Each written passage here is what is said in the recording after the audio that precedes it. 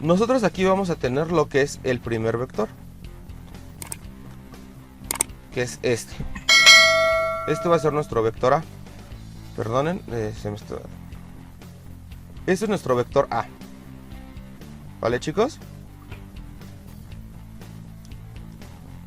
Pero también nosotros tenemos un vector llamado B. ¿Ya lo vieron? Sí. Ok. Nuestro vector A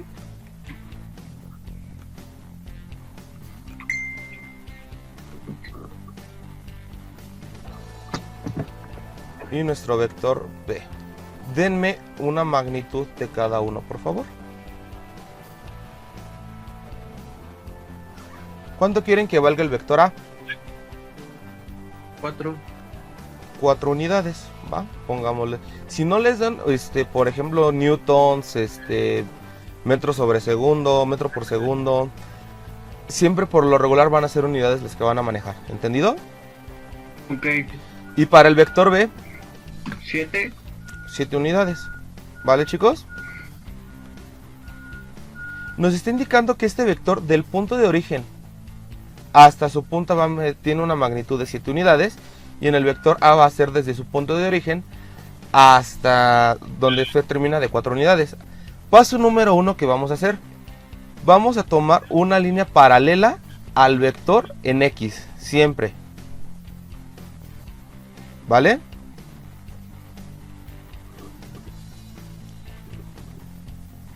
¿Y cómo me voy a dar cuenta de ello? Ok. Nosotros vamos a trazarla de modo paralelo, como si le pusiéramos un espejo, ¿ya vieron? Sí.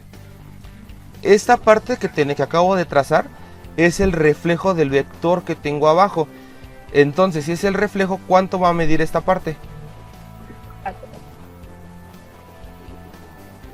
No los escuché. 4. Efectivamente. Y ahora, esta parte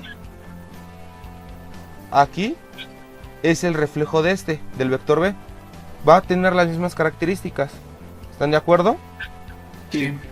Ah, ok. Pero a mí esto no me dice todavía nada. Ese es el método con el que vamos a iniciar. ¿Qué pueden observar que tiene esta suma de vectores?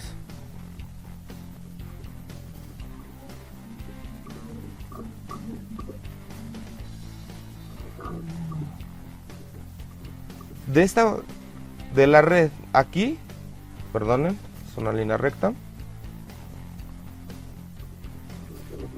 Aquí nosotros tenemos un ángulo, ¿ya vieron? Sí.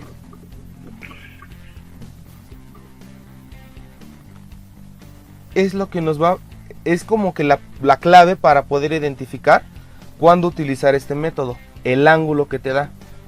Si te dice la suma de dos vectores que tiene un ángulo de 35 grados, ya sabemos cuál es el método que podemos utilizar, ¿no?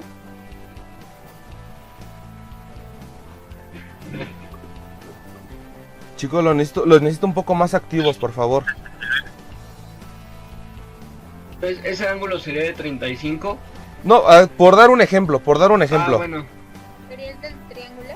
No, el del triángulo puede ser, el del triángulo sería de este modo. Te digo que yo aquí tengo dos vectores. Uno de, no sé, vamos a manejar las mismas de 4. Y de 7, de 4 y 7, ¿no? Lo tenemos de ese modo.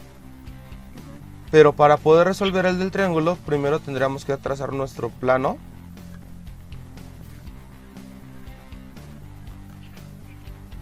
Que tenemos aquí.